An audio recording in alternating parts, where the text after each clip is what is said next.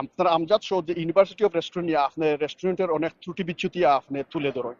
আপনি জানেন নি যে আমরা ইন্ডিয়ান রেস্টুরেন্টে বেস করিয়া আমরা বাংলাদেশি হলে অনেক কারি সংগঠন করছেন। আর এই কারি সংগঠনের পাশাপাশি এভরি ইয়ার অনেক কারি অ্যাওয়ার্ডও করলাম। কিন্তু অত কারি অ্যাওয়ার্ড করার বাদে, অত অ্যাওয়ার্ড দেওয়া বাদেও, অত কারি সংগঠন হওয়ার বাদেও আমরা রেস্টুরেন্ট ব্যবসা এখানে দোষ নামে গেছে। মানে আমরা যদি কই আর একটু খোলা ভাষায় কই যে গাউত গেছে কি এখানে রেস্টুরেন্ট ব্যবসা। থ্যাংক ইউ উজ্জ্বল ভাই। আসলে এটা খুব ইম্পর্টেন্ট একটা প্রশ্ন করছেন এবং খুব সেন্সিটিভ।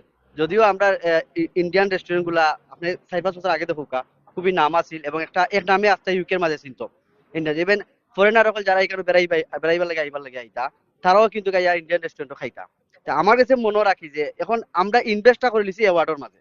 আপনি একটা থিঙ্কিং করুক, আমরা যদি অ্যাওয়ার্ডের মাঝে ইনভেস্টটা না করিয়া আমরা যদি ফোকাসটা দিতাম, আমরা যে রেস্টুরেন্টও আমরা এখানে শেফ হল আসেন বা যারা স্টাফ হল আসেন বা রেস্টুরেন্টের বাইরে ফোকাস দিতাম, তাহলে তো আমরা এই জিনিসটা ধরে রাখতে পারলাম না।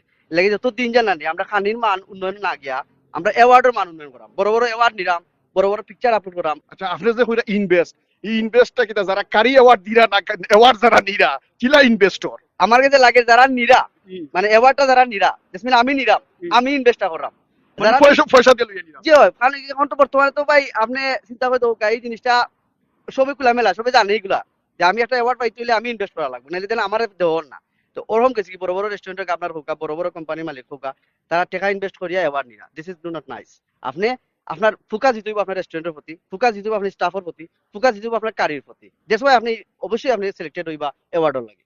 আচ্ছা আরেকটা বিষয়, আমরা যত কারি অ্যাওয়ার্ড দেখলাম, বড় বড় গাবনার হলরে, বড় বড় শেফ হলরে অ্যাওয়ার্ড দেওয়া হয়, অথচ কোনো কিচেন পোর্টারের কোনো অ্যাওয়ার্ড নাই এখানে। ভাই সাহেব আপনি একটা জিনিস চিন্তা করুক, কিচেন পোর্টার কিন্তু মোস্ট ইম্পর্টেন্ট ফর রেস্টুরেন্ট। আর একটা কিচেন পোর্টারে তখন কষ্ট করে, তার মাধ্যমে কিন্তু সার্ভ হয় সব জিনিস। আপনি 2 লাখ রাজি লাইলে আপনি কিন্তু সে বুঝবেন না, তার মাধ্যমে হে কিন্তু বছরের মধ্যে। আর আমার কাছে মনে হয় যে কিচেন পোর্টার লাগে আলাদা একটা অ্যাওয়ার্ড রাখা উচিত, কারণ kitchen porter most important for restaurant, বুঝছেন? আচ্ছা এই যে ব্রিটেন, আপনার কথার মাঝে পাইলাম যে অ্যাওয়ার্ড বাণিজ্য দেওয়া এবং নেওয়া, Yes. এই বাণিজ্যটা আসলে কিভাবে বন্ধ করা যায় বা এর উপকারিতা কিটা?